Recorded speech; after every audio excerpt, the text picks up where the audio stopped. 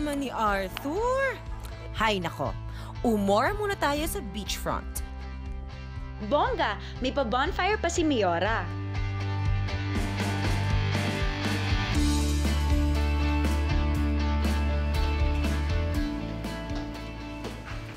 Nandito na ako ngayon sa Cagayan. Hinanda na ni Max at Andre ang surprise na gagawin namin mamaya. Sana magustuhan ni Rochelle yung surprise namin sa kanya mamaya.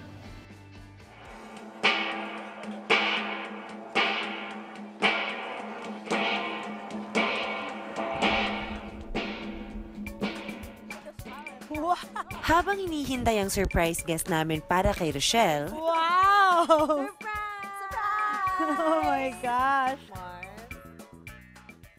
nanood muna kami ng isang sayaw mula sa mga katutubong akta.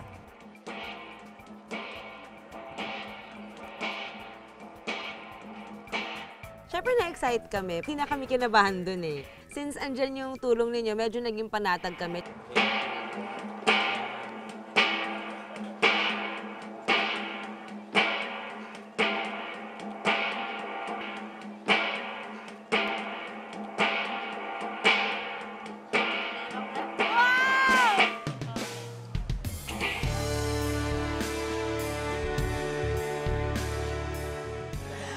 Hindi totoo.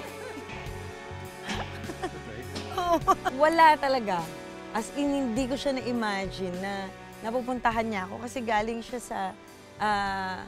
may mga trabaho siya na pinanggalingan. Wala kang hint? Wala. Wala. Pero yung kaba ko kasi na parang excitement eh. No? Parang, gusto ko talagang maging happy siya sa last day nitong road trip. Para kompleto na lahat ng surprises. Feeling ko never naman siya nakahalata. Since lalo na marami tayong mga changes din naman along the way, di ba? Mars, Rochelle, and Art, may special participation kayo sa ritual ng mga kapuso nating agta. Ginagawa raw ito tuwing may kasalan sa tribo nila.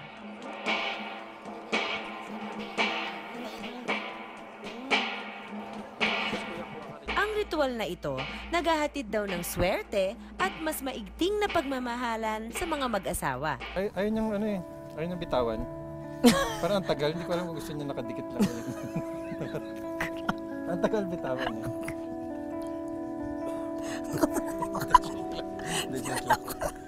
Alam ko mahihain siya kapag maraming taong Hindi naman kasi siya PDA, so kaya ginaganon ko, parang bigay mo.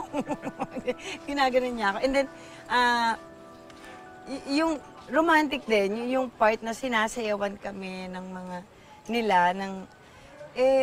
iba, kasi ibang ritual naman to. Siyempre, magkaroon agad ng babies. Magkailan August 9, meron na agad. Hindi kasi alam kong gusto Sa niya TV ng tayo, family. Gusto niya ng family, tsaka, siyempre, dahil Mars kita, alam ko na magiging mabuti kang mommy. So gusto ko lumabas na yung baby para ma-experience na niya yon. Ako naman, ang wish ko for you and prayer ko for you is that God will always be the center of your relationship forever and you'll pass that on to your children na rin. Cheers! Cheers!